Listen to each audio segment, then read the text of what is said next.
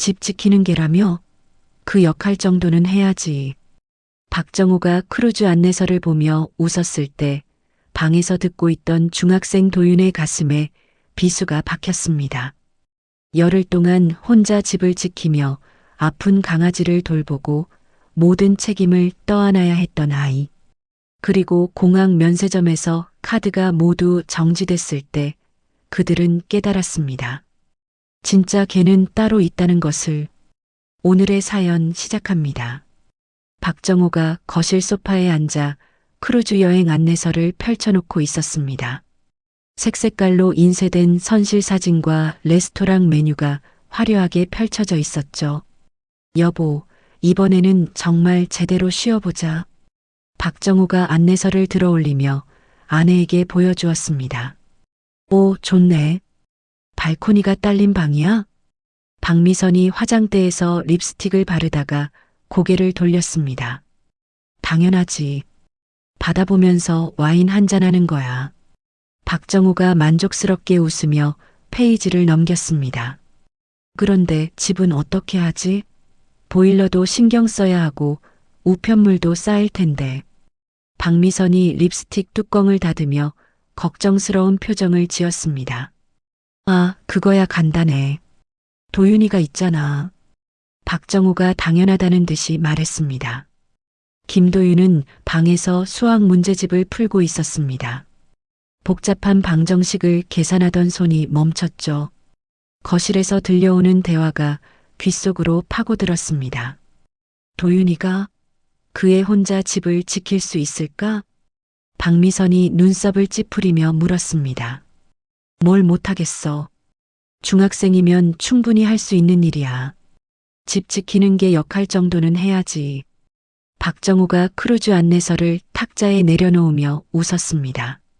김도윤의 손에 들린 샤프가 종이 위에 작은 점을 남겼습니다. 가슴 한가운데가 뜨끔하게 아팠죠. 그래도 애가 어린데. 박미선이 주저하며 말했습니다. 어려? 벌써 키도 나만 해. 밥도 알아서 해먹고 빨래도 돌릴 줄 알잖아. 오히려 좋은 경험이야. 박정호가 일어나서 냉장고 쪽으로 걸어갔습니다. 콩이는? 강아지 산책은? 박미선이 거실 한쪽 모서리에서 자고 있는 골든 리트리버를 가리켰습니다.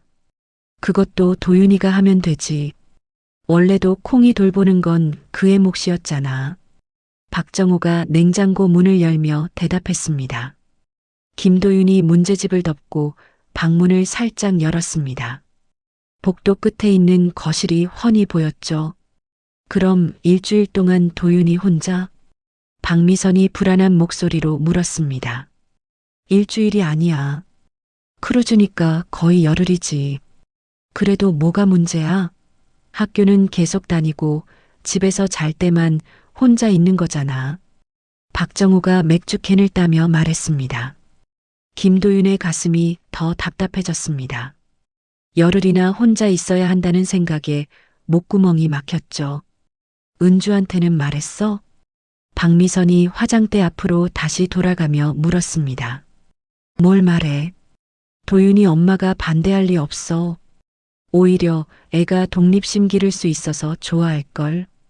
박정호가 맥주를 한 모금 마시며 웃었습니다.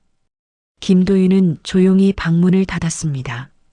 책상 앞에 다시 앉았지만 글씨가 눈에 들어오지 않았죠. 이튿날 아침 박정호가 김도윤에게 다가왔습니다. 도윤아, 할아버지가 너한테 중요한 부탁이 있어. 박정호가 김도윤의 어깨에 손을 올렸습니다. 네. 김도윤이 고개를 들어 박정호를 바라봤습니다. 우리가 여행을 좀 가게 됐는데 집을 좀 봐줄 수 있겠니? 박정호의 목소리는 친근했지만 질문이라기보다는 통보에 가까웠습니다.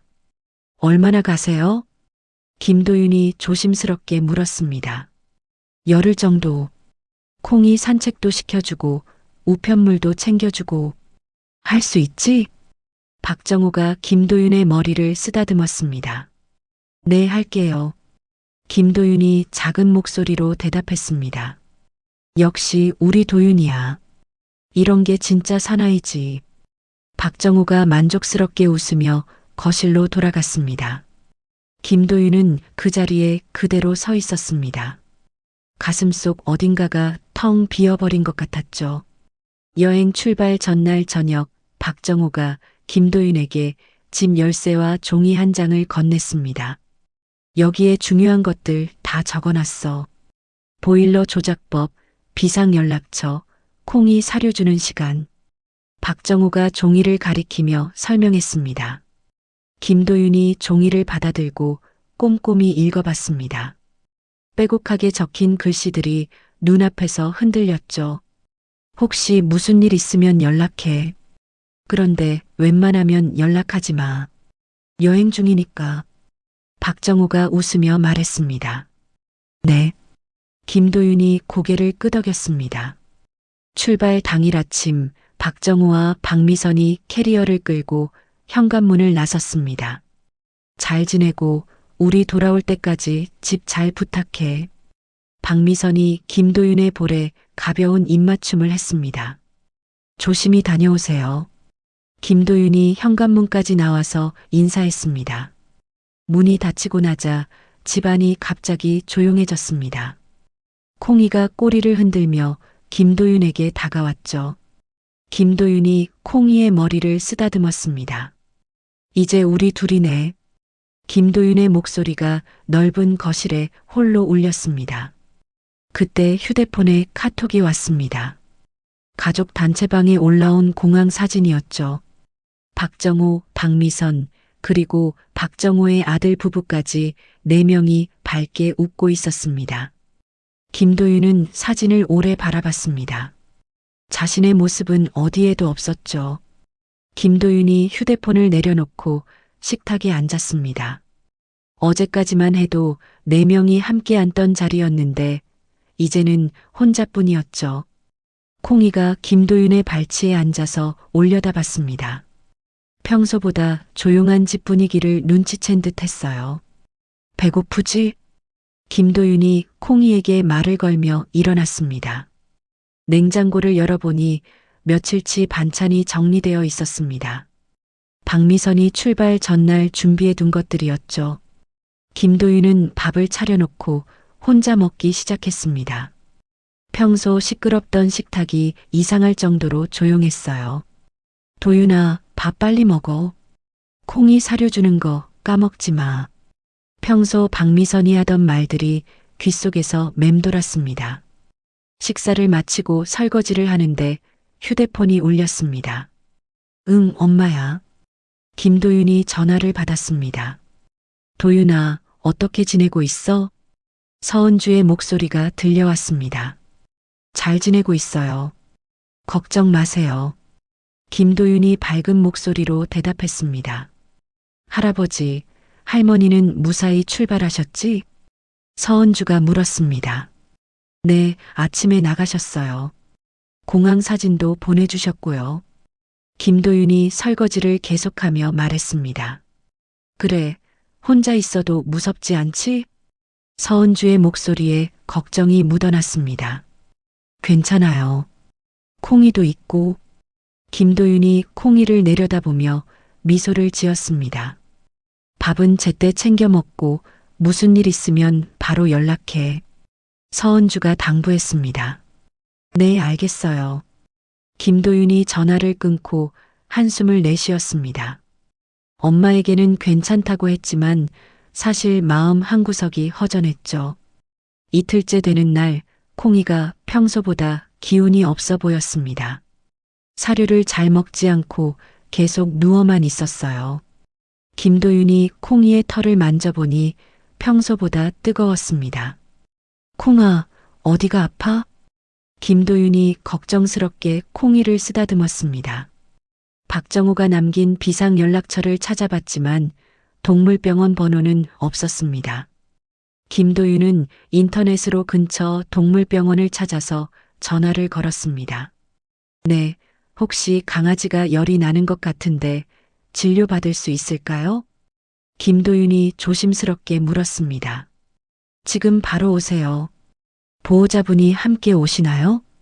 수의사가 물었습니다. 김도윤은 잠시 망설였습니다. 보호자라고 할 수 있는 사람이 자신뿐이었거든요. 제가 데리고 갈게요. 김도윤이 대답했습니다. 콩이를 목줄에 연결해서 동물병원으로 향했습니다. 길을 걸으면서도 콩이는 평소보다 느리게 움직였어요. 동물병원에 도착해서 진료를 받는 동안 김도윤은 초조하게 기다렸습니다. 간단한 감기예요. 약 먹이고 며칠 쉬게 하면 괜찮을 거예요. 수의사가 안심시키며 말했습니다. 치료비는 얼마예요? 김도윤이 주머니에서 용돈을 꺼내며 물었습니다. 10만 원입니다. 수의사가 계산서를 건넸습니다. 김도윤의 얼굴이 창백해졌습니다. 가지고 있던 용돈으로는 부족했거든요. 죄송한데 집에서 돈을 더 가져와도 될까요? 김도윤이 당황스러워하며 말했습니다. 카드는 없나요? 수의사가 물었습니다. 김도윤은 고개를 저었습니다. 카드 같은 건 가져본 적이 없었어요. 그럼 보호자분께 연락해 보세요. 수의사가 친절하게 말했습니다. 김도윤은 휴대폰을 꺼내서 박정호에게 메시지를 보냈습니다. 할아버지, 콩이가 아파서 병원에 왔는데 치료비가 필요해요. 1시간이 지나도 답장이 오지 않았습니다. 김도윤은 다시 메시지를 보냈어요. 급한 상황인데 연락 주세요. 그제야 박정호에게서 답장이 왔습니다. 지금 배안이라 전화 안 돼. 금액이 얼마야? 김도윤이 빠르게 답장을 보냈습니다. 10만 원이요. 너무 비싸다. 다른 병원 알아봐. 박정호의 답장을 보고 김도윤의 얼굴이 빨갛게 달아올랐습니다. 수의사가 김도윤의 표정을 보고 조심스럽게 다가왔습니다. 어떻게 하실 거예요? 일단 약만 받고 갈게요. 나머지는 나중에 정리하겠습니다. 김도윤이 떨리는 목소리로 말했습니다.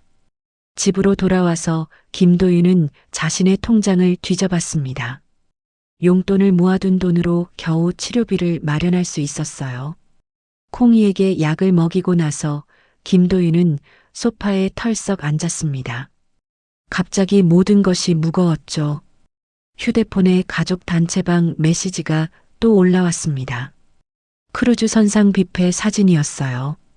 화려한 음식들과 함께 웃고 있는 가족들의 모습이 보였습니다.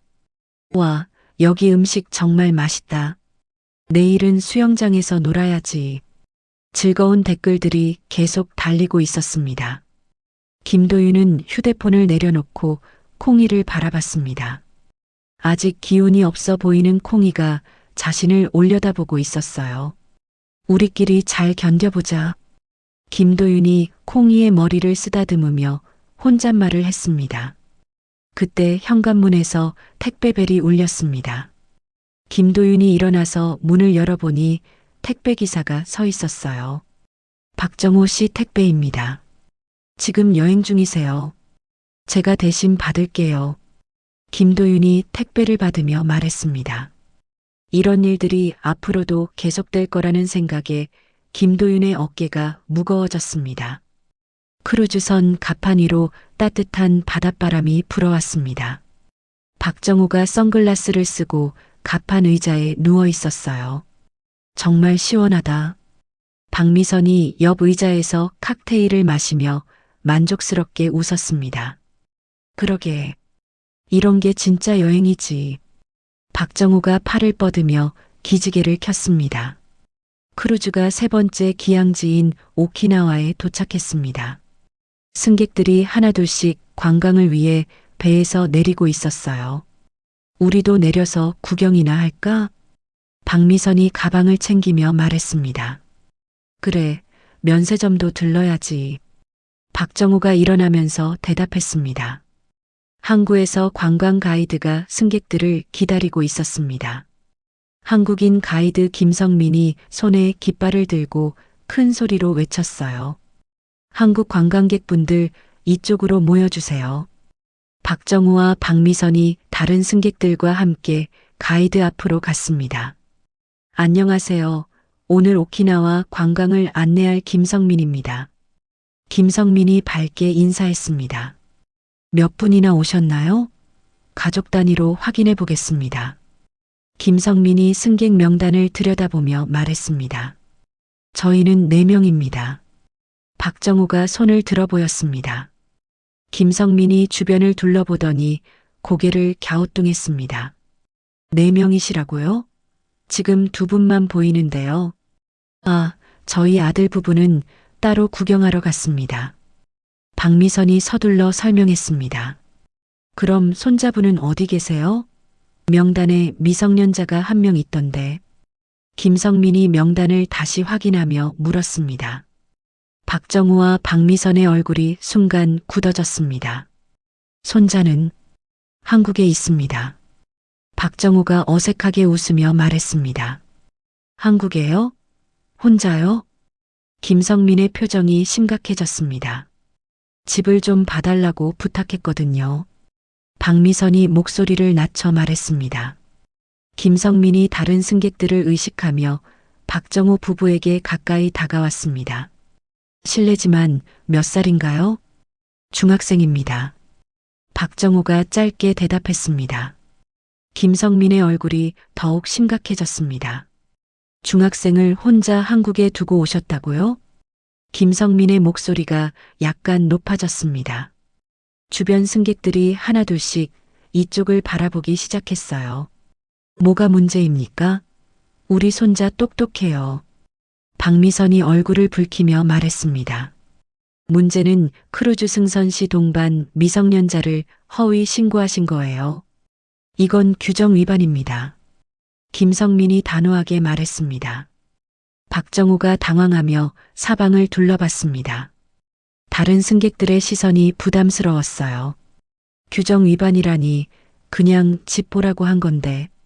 박정우가 목소리를 낮추며 변명했습니다. 미성년자 보호 의무를 위반한 거라고요. 이건 본사에 보고해야 하는 사안입니다. 김성민이 무전기를 꺼내며 말했습니다. 박미선의 얼굴이 창백해졌습니다. 그렇게까지 할 필요 있어요? 애가 괜찮다고 했는데. 괜찮다고 하는 문제가 아닙니다. 법적으로 문제가 될 수 있어요. 김성민이 엄격하게 대답했습니다. 박정우가 김성민의 팔을 붙잡았습니다. 가이드님, 좀 조용히 해결할 수 없을까요? 다른 사람들 다 보고 있잖아요. 죄송하지만 이미 늦었습니다. 본사 보고는 의무사항이에요. 김성민이 박정우의 손을 떼어내며 말했습니다. 관광이 끝나고 크루즈로 돌아오는 길, 박정우와 박미선은 말이 없었습니다. 다른 승객들의 수군거리는 소리가 계속 들렸어요. 저 사람들 손자를 혼자 한국에 두고 왔다면서? 요즘 세상에 중학생을 혼자도? 박미선이 참지 못하고 박정우에게 속삭였습니다. 당신이 괜찮다고 했잖아요. 이제 어떻게 해요? 내가 언제 이런 일이 생길 줄 알았어. 그냥 집 보라고 한 건데. 박정우가 짜증스럽게 대답했습니다. 선실로 돌아온 후 박정우가 휴대폰을 꺼냈습니다. 김도윤에게서 온 메시지가 여러 개 있었어요. 콩이 병원비 때문에 연락했던 것 같은데. 박정우가 메시지를 확인하며 말했습니다. 병원비가 얼마라고 했어요? 박미선이 옆에서 물었습니다. 10만 원이래. 비싸긴 하네. 박정우가 고개를 저으며 말했습니다. 지금 상황에 돈 문제까지? 진짜 골치 아프네. 박미선이 한숨을 쉬었습니다. 그때 김성민에게서 연락이 왔습니다. 본사에서 연락이 올 거예요. 한국 측 관련 기관에도 통보됩니다. 김성민의 목소리가 휴대폰 너머로 들려왔습니다. 박정우의 손이 떨리기 시작했습니다. 관련 기관이 뭐예요? 아동보호 관련 부서죠. 미성년자가 보호자 없이 방치된 상황이니까. 김성민이 차분하게 설명했습니다. 박미선이 박정우를 잡아당겼습니다. 이거 진짜 큰일 나는 거 아니야? 박미선의 목소리가 떨렸습니다. 박정우가 전화를 끊고 창밖 바다를 바라봤습니다. 파도가 하얗게 부서지며 배를 스쳐 지나갔어요. 즐거운 여행이 순식간에 악몽으로 바뀌어 버렸습니다. 서은주가 직장에서 휴대폰을 확인했습니다. 김도윤에게서 온 메시지가 화면에 떠 있었어요. 엄마, 콩이가 아파서 병원에 갔는데 할아버지가 연락이 안 돼요. 서은주의 얼굴이 굳어졌습니다. 바로 김도윤에게 전화를 걸었어요. 도윤아, 지금 어디야? 서은주의 목소리에 걱정이 묻어났습니다. 집에 있어요. 콩이 약 먹이고 있어요. 김도윤이 피곤한 목소리로 대답했습니다. 병원비는 어떻게 했어? 제 용돈으로 냈어요. 할아버지가 너무 비싸다고. 김도윤의 목소리가 점점 작아졌습니다. 서은주가 손에 든 볼펜을 꽉 쥐었습니다. 알겠어. 엄마가 퇴근하고 바로 갈게. 서은주가 전화를 끊고 한동안 멍하니 앉아 있었습니다. 가슴 속에서 무언가가 끓어오르는 것 같았어요. 퇴근 후 서은주는 김도윤이 있는 집으로 향했습니다. 문을 열고 들어가니 김도윤이 콩이 옆에서 걱정스럽게 앉아 있었어요. 엄마.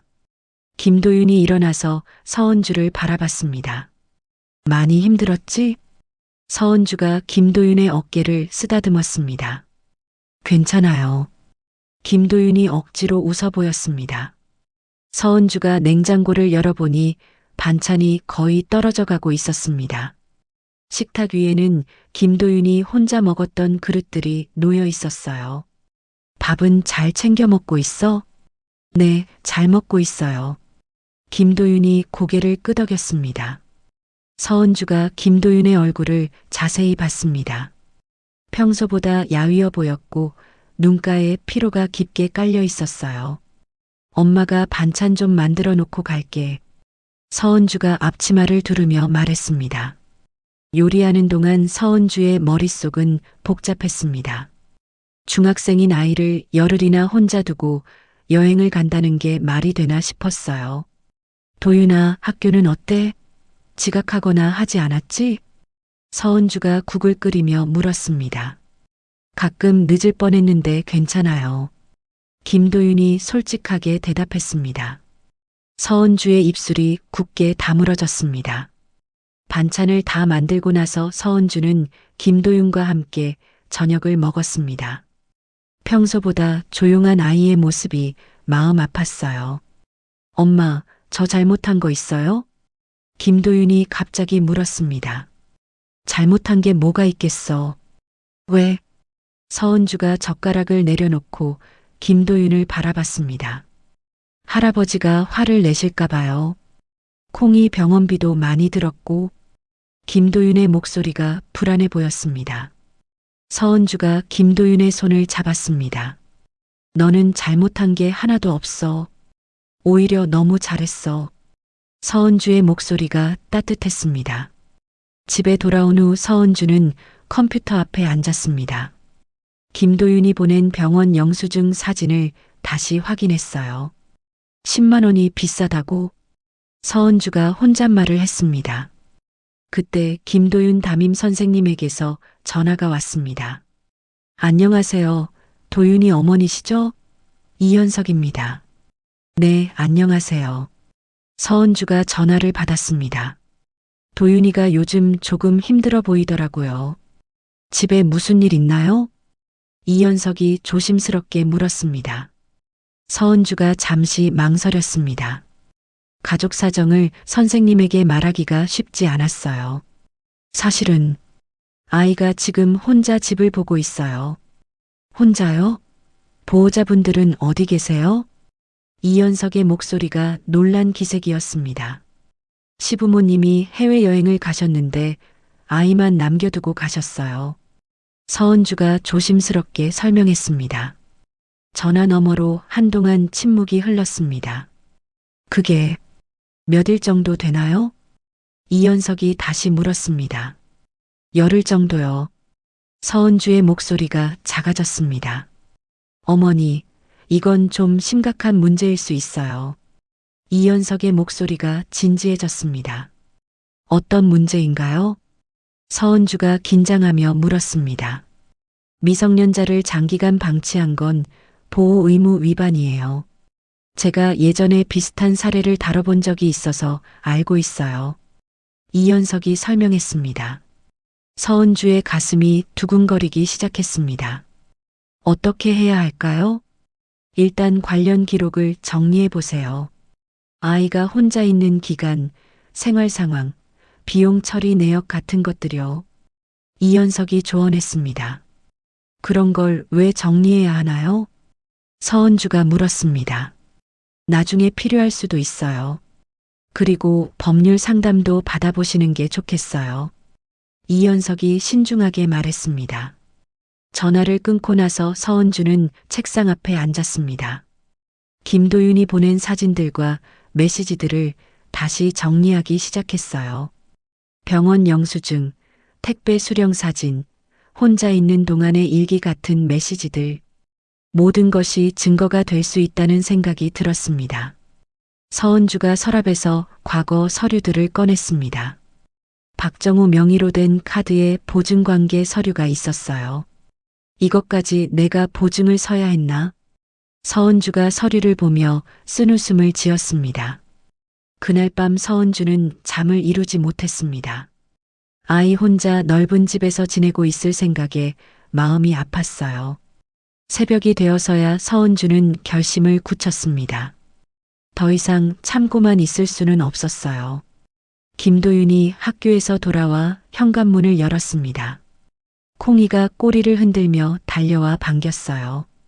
콩아, 오늘 컨디션 어때? 김도윤이 콩이의 머리를 쓰다듬으며 물었습니다. 콩이는 어제보다 훨씬 건강해 보였습니다. 약이 효과를 보이고 있는 것 같았어요. 김도윤은 가방을 내려놓고 냉장고를 열었습니다. 엄마가 해준 반찬들이 정갈하게 놓여 있었죠. 그래도 엄마 밥이 최고야. 김도윤이 혼잣말을 하며 밥을 차렸습니다. 식사를 하는 동안 집안은 고요했습니다. 가끔 콩이가 움직이는 소리만 들릴 뿐이었어요. 김도윤은 예전에 가족 모두가 함께 있던 저녁 시간을 떠올렸습니다. 그때는 이렇게 조용하지 않았거든요.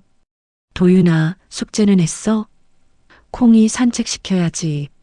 내일 날씨가 추우니까 두껍게 입어. 박미선의 목소리가 귓속에서 생생하게 들렸습니다. 그때는 번거롭다고 생각했는데 지금은 그리웠어요. 김도윤이 설거지를 마치고 거실 소파에 앉았습니다. 콩이가 옆에 와서 누웠죠. 콩아, 우리 언제까지 이렇게 지내야 할까? 김도윤이 콩이에게 말을 걸었습니다. 그때 휴대폰에서 알림음이 울렸습니다. 가족 단체방에 새로운 메시지가 올라왔어요. 크루즈 마지막 날 만찬 사진이었습니다. 화려한 정장을 입은 박정우와 박미선이 웃고 있었어요. 내일이면 한국 도착이다. 정말 꿈 같은 시간이었어. 박미선이 댓글을 달았습니다. 그동안 고생 많았다, 도윤아. 박정우의 댓글이 이어졌습니다. 김도윤은 휴대폰을 내려다보며 복잡한 심정이었습니다. 고생했다는 말이 위로가 되지 않았어요. 한편 크루즈선 안에서 박정우가 짐을 정리하고 있었습니다. 내일이면 한국에 도착하는 마지막 밤이었어요. 여보, 면세품 사온 거 잘 정리해놔. 박미선이 쇼핑백들을 침대 위에 올려놓았습니다. 그런데 한국 들어가면 또 바빠지겠네. 박정우가 옷을 개키며 말했습니다. 맞아, 도윤이 밥도 해줘야 하고. 박미선이 거울 앞에서 화장을 지우며 대답했습니다. 그애 잘 지냈을까? 박정우가 갑자기 걱정스럽게 말했습니다. 뭘, 중학생인데 못할 게 뭐 있어. 오히려 독립심 길러서 좋았을걸. 박미선이 웃으며 말했습니다. 박정우는 휴대폰을 꺼내서 김도윤에게서 온 메시지들을 다시 확인했습니다. 콩이 병원 관련 메시지들이 몇 개 있었어요. 병원비 문제는 어떻게 하지? 박정우가 걱정스럽게 물었습니다. 나중에 천천히 정리하면 되잖아. 지금은 여행 마지막 밤인데 그런 생각하지 마. 박미선이 박정호의 어깨를 두드렸습니다. 그때 박정호의 휴대폰이 울렸습니다. 크루즈 운영사에서 온 전화였어요. 여보세요? 박정호가 전화를 받았습니다. 박정호 고객님이시죠? 중요한 안내사항이 있어서 연락드렸습니다. 직원의 목소리가 들려왔습니다. 무슨 일인가요? 박정호의 표정이 긴장됐습니다. 고객님께서 동반하신 미성년자 관련해서 본사에 신고가 접수됐습니다. 신고요? 박정호가 당황하며 큰 소리로 말했습니다. 박미선이 놀라서 박정호를 바라봤어요. 네, 미성년자 보호 의무 위반 건으로 한국 관련 기관에도 통보된 상태입니다. 직원이 차분하게 설명했습니다. 박정호의 얼굴이 새하얗게 변했습니다. 그게 어떻게 되는 건가요? 정확한 내용은 한국에 도착하신 후 관련 기관에서 연락이 갈 예정입니다. 기관이요? 어떤 기관인데요? 박정호의 목소리가 떨렸습니다. 아동보호 관련 부서가 될 것 같습니다. 자세한 내용은 저희도 확인이 안 됩니다. 직원이 딱딱하게 대답했습니다. 전화가 끊어지고 박정호는 멍하니 서 있었습니다. 여보, 무슨 일이야? 박미선이 다급하게 물었습니다. 도윤이 일로 신고가 들어갔대. 박정호가 힘없이 침대에 앉았습니다. 신고가 뭔 신고야? 박미선의 목소리가 높아졌습니다. 미성년자 보호 의무 위반이래. 아동보호기관에서 연락 온다고. 박정호가 머리를 감싸 안았습니다. 박미선의 얼굴도 창백해졌습니다. 이게 무슨 일이야? 그냥 집 보라고 한 건데. 그런데 왜 갑자기 이런 일이? 박정호가 휴대폰을 만지작거렸습니다. 두 사람은 한동안 말없이 앉아 있었습니다. 즐거웠던 여행의 마지막 밤이 악몽으로 변해버렸어요. 내일 공항에서 어떻게 하지? 박미선이 불안한 목소리로 물었습니다. 일단 조용히 들어가자. 아무 일 없는 것처럼. 박정호가 떨리는 목소리로 대답했습니다. 하지만 두 사람 모두 불안한 밤을 보낼 수밖에 없었습니다. 내일부터 어떤 일이 벌어질지 알 수 없었거든요. 인천공항 3터미널에 크루즈 승객들이 하나둘씩 도착했습니다. 박정호와 박미선이 캐리어를 끌고 입국장을 빠져나왔어요. 일단 면세점부터 들러야겠다. 박미선이 주변을 둘러보며 말했습니다. 지금 그런 기분이야? 박정호가 피곤한 표정으로 대답했습니다. 그래도 선물은 사야지. 도윤이 것도 있고. 박미선이 면세점 쪽으로 걸어가기 시작했습니다. 박정호가 마지못해 따라갔습니다. 어젯밤부터 계속 불안한 마음이 가시지 않았어요. 면세점에서 박미선이 향수와 초콜릿을 골라 담았습니다. 이걸로 할게요. 박미선이 계산대에 물건을 올려놓았습니다. 총 15만 원입니다. 점원이 계산기를 보여주었습니다. 박미선이 지갑에서 카드를 꺼내 건넸습니다. 점원이 카드를 단말기에 넣고 잠시 기다렸어요. 죄송합니다. 카드가 승인되지 않네요. 점원이 미안한 표정으로 말했습니다. 네, 뭐라고요? 박미선이 당황하며 물었습니다. 카드 승인이 안 됩니다. 다른 카드 있으신가요? 점원이 다시 한번 확인하며 말했습니다. 박미선이 다른 카드를 꺼내서 건넸습니다. 하지만 결과는 마찬가지였어요. 이것도 승인이 안 되네요. 점원이 난처한 표정을 지었습니다. 박정호가 다급하게 다가와서 자신의 카드를 꺼냈습니다. 제 카드로 해보세요. 하지만 박정호의 카드도 똑같이 거절됐습니다. 뭐가 잘못된 거야? 박미선이 목소리를 높였습니다. 카드사에 문의해 보시는 게 좋겠어요. 점원이 조심스럽게 제안했습니다.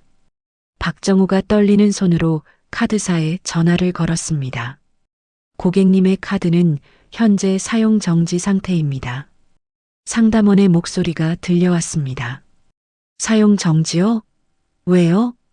박정우가 큰 소리로 물었습니다. 보증인께서 보증해지를 신청하셨습니다. 상담원이 차분하게 설명했습니다. 보증인이요? 누가요? 박정우의 얼굴이 빨갛게 달아올랐습니다. 서은주 고객님이시네요. 상담원의 말에 박정우가 휴대폰을 떨어뜨릴 뻔했습니다. 서은주가 언제요? 오늘 오전에 처리됐습니다. 박정우가 휴대폰을 꽉 쥐었습니다. 손이 덜덜 떨리고 있었어요. 미선아, 우리 큰일 났어. 박정우가 박미선에게 다가가서 속삭였습니다. 왜? 무슨 일이야? 박미선이 불안한 표정으로 물었습니다. 은주가 카드 보증을 해지했어. 모든 카드가 정지됐어. 박정우의 목소리가 떨렸습니다. 박미선의 얼굴이 새하얗게 변했습니다. 그럼 지금 돈이 하나도 없다는 거야? 현금도 별로 없고 어떻게 하지? 박정우가 지갑을 뒤져봤지만 현금은 몇만 원뿐이었습니다. 면세점 점원이 다른 손님들을 의식하며 조심스럽게 말했습니다. 결제가 안 되시면 물건을 치워드릴게요. 박미선이 얼굴을 붉히며 물건에서 손을 뗐습니다. 주변 사람들의 시선이 부담스러웠어요. 일단 여기서 나가자. 박정우가 박미선의 팔을 잡고 면세점을 벗어났습니다. 공항 벤치에 앉아서 두 사람은 말이 없었습니다. 은주가 왜 갑자기 이런 일을? 박미선이 이해할 수 없다는 표정으로 말했습니다. 도윤이 일 때문인가? 박정우가 머리를 감싸 안았습니다. 그냥 집 보라고 한 건데 뭐가 문제야? 박미선의 목소리가 높아졌습니다. 은주한테 전화해봐야겠어. 박정우가 서은주에게 전화를 걸었습니다. 하지만 계속 통화 중이었어요. 받지 않네. 박정우가 휴대폰을 내려다봤습니다. 도윤이한테는? 도윤이도 안 받아. 박정우가 초조하게 말했습니다. 그때 박정우의 휴대폰이 울렸습니다. 모르는 번호였어요. 박정우 씨시죠? 아동보호 전문기관입니다. 전화 너머로 차분한 목소리가 들려왔습니다. 박정우의 얼굴이 더욱 창백해졌습니다. 네, 맞습니다. 미성년자 보호 의무 관련해서 상담이 필요합니다. 언제 시간 되실까요? 지금 공항에 있는데요. 박정우가 떨리는 목소리로 대답했습니다. 그럼 내일 오전에 사무실로 나오실 수 있나요? 네, 알겠습니다. 박정우가 전화를 끊고 박미선을 바라봤습니다. 아동보호기관에서 내일 나오라고 해. 이게 무슨 일이야? 정말로. 박미선이 한숨을 크게 내쉬었습니다. 두 사람은 공항에서 택시를 타고 집으로 향했습니다. 하지만 마음은 무겁기만 했어요. 즐거운 여행의 끝이 이렇게 될 줄은 꿈에도 몰랐습니다. 집에 가서 도윤이부터 만나보자. 박정우가 창밖을 바라보며 말했습니다. 하지만 집에 도착해서도 상황은 나아지지 않을 것 같았습니다. 모든 것이 꼬여버린 것 같았거든요. 박정우와 박미선이 집 앞에 도착했습니다. 평소보다 조용한 집 앞 풍경이 어색했어요. 도윤아, 할아버지 왔다. 박정우가 현관문을 열며 큰 소리로 말했습니다. 하지만 집 안에서는 아무 대답이 없었습니다. 콩이만 꼬리를 흔들며 현관으로 뛰어왔어요. 도윤이 어디 갔나? 박미선이 주변을 둘러보며 말했습니다. 거실 탁자 위에 김도윤이 남긴 쪽지가 있었습니다. 학교에 급한 일이 있어서 갔습니다. 저녁에 돌아오겠습니다. 박정우가 쪽지를 읽고 나서 안도의 한숨을 쉬었습니다. 그래도 무사하네. 박미선이 캐리어를 거실에 내려놓았습니다. 하지만 안심할 상황이 아니었습니다. 곧바로 박정우의 휴대폰이 울렸어요. 여보세요? 박정우가 조심스럽게 전화를 받았습니다. 박정우 씨, 도윤이 아버지 되시나요? 낯선 목소리가 들려왔습니다. 네, 맞는데요.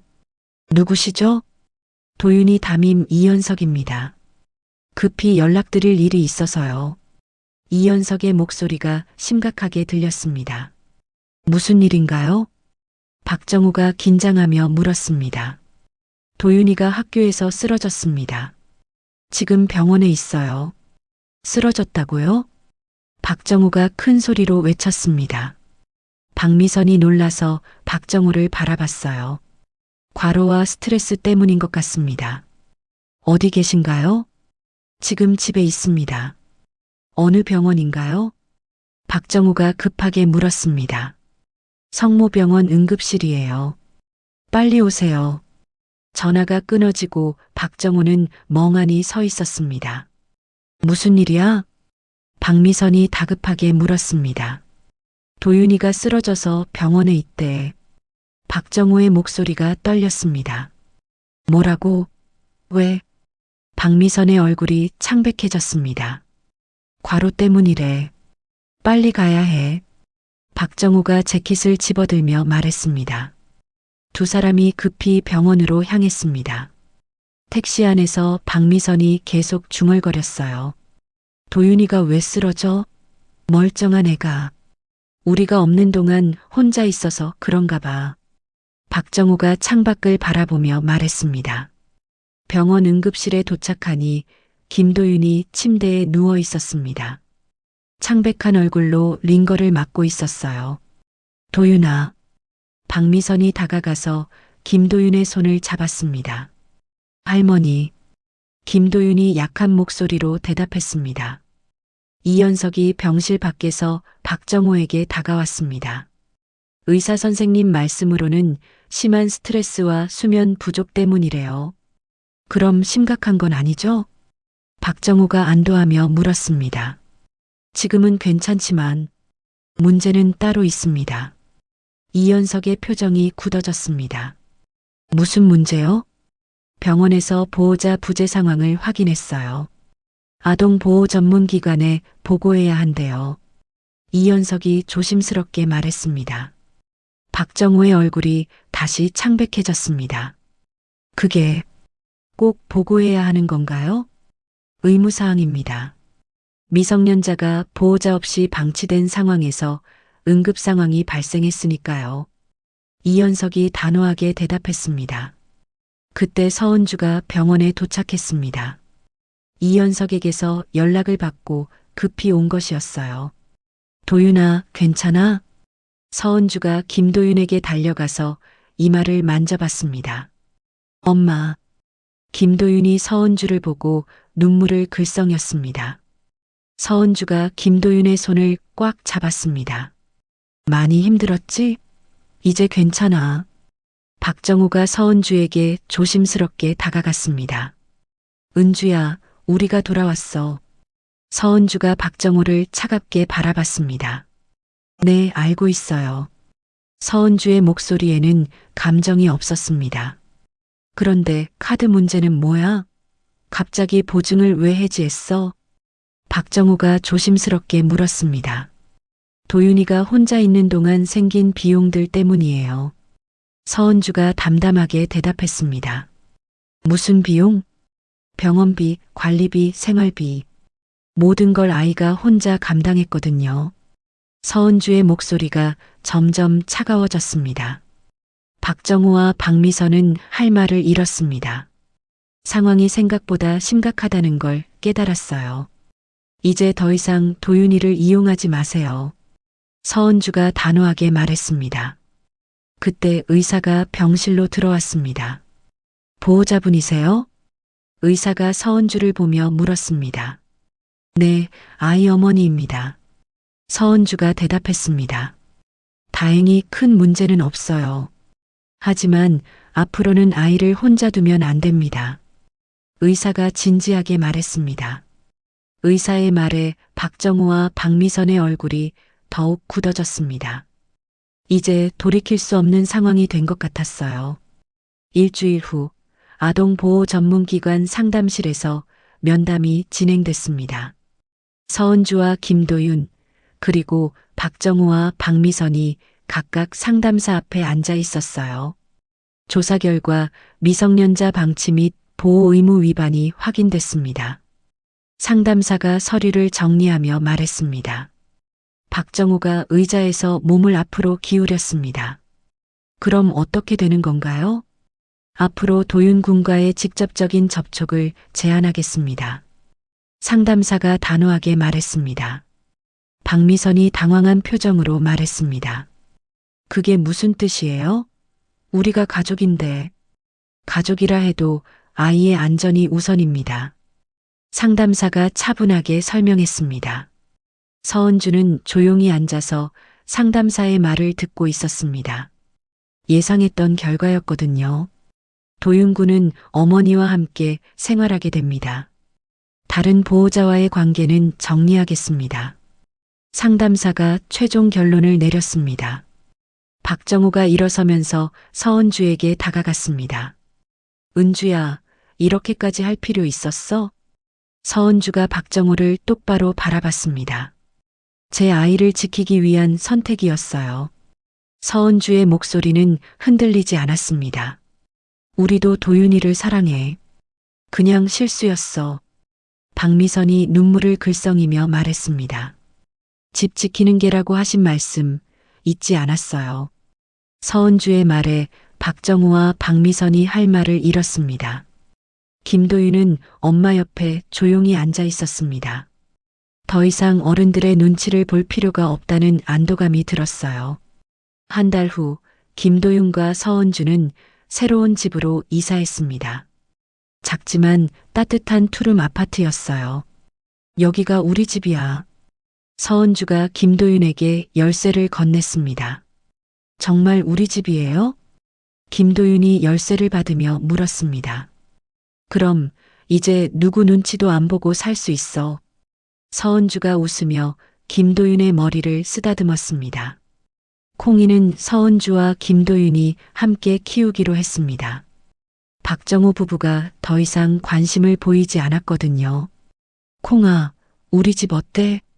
김도윤이 콩이에게 말을 걸었습니다. 콩이가 꼬리를 흔들며 새 집을 탐험했어요. 저녁 시간 김도윤과 서은주가 함께 식탁에 앉았습니다. 예전과 달리 편안한 분위기였어요. 엄마, 저 이제 진짜 괜찮아요. 김도윤이 밥을 먹으며 말했습니다. 고생 많았어. 이제부터는 엄마가 지켜줄게. 서은주가 따뜻하게 웃었습니다. 박정호와 박미선은 여전히 같은 집에서 살고 있었습니다. 하지만 예전처럼 편하지만은 않았어요. 여보, 도윤이 소식 들어봤어? 박미선이 저녁을 차리며 물었습니다. 들어봐서 뭐해? 이제 남이야. 박정호가 쓸쓸하게 대답했습니다. 사실 박정호는 가끔 김도윤이 그리웠습니다. 하지만 돌이킬 수 없다는 걸 알고 있었어요. 그때 그냥 도윤이도 같이 데리고 갔으면. 박미선이 후회하며 중얼거렸습니다. 이미 지나간 일이야. 박정호가 한숨을 쉬며 말했습니다. 3개월 후 김도윤은 새 학교에서 적응하고 있었습니다. 이연석 선생님이 추천해준 좋은 학교였어요. 도윤아, 오늘 학교 어땠어? 서은주가 퇴근 후 집에 와서 물었습니다. 좋았어요. 친구들도 생겼고요. 김도윤이 밝게 웃으며 대답했습니다. 서은주는 아이의 웃는 얼굴을 보며 뿌듯했습니다. 올바른 선택을 했다는 확신이 들었어요. 저녁 산책길에 김도윤과 서은주가 콩이와 함께 걸었습니다.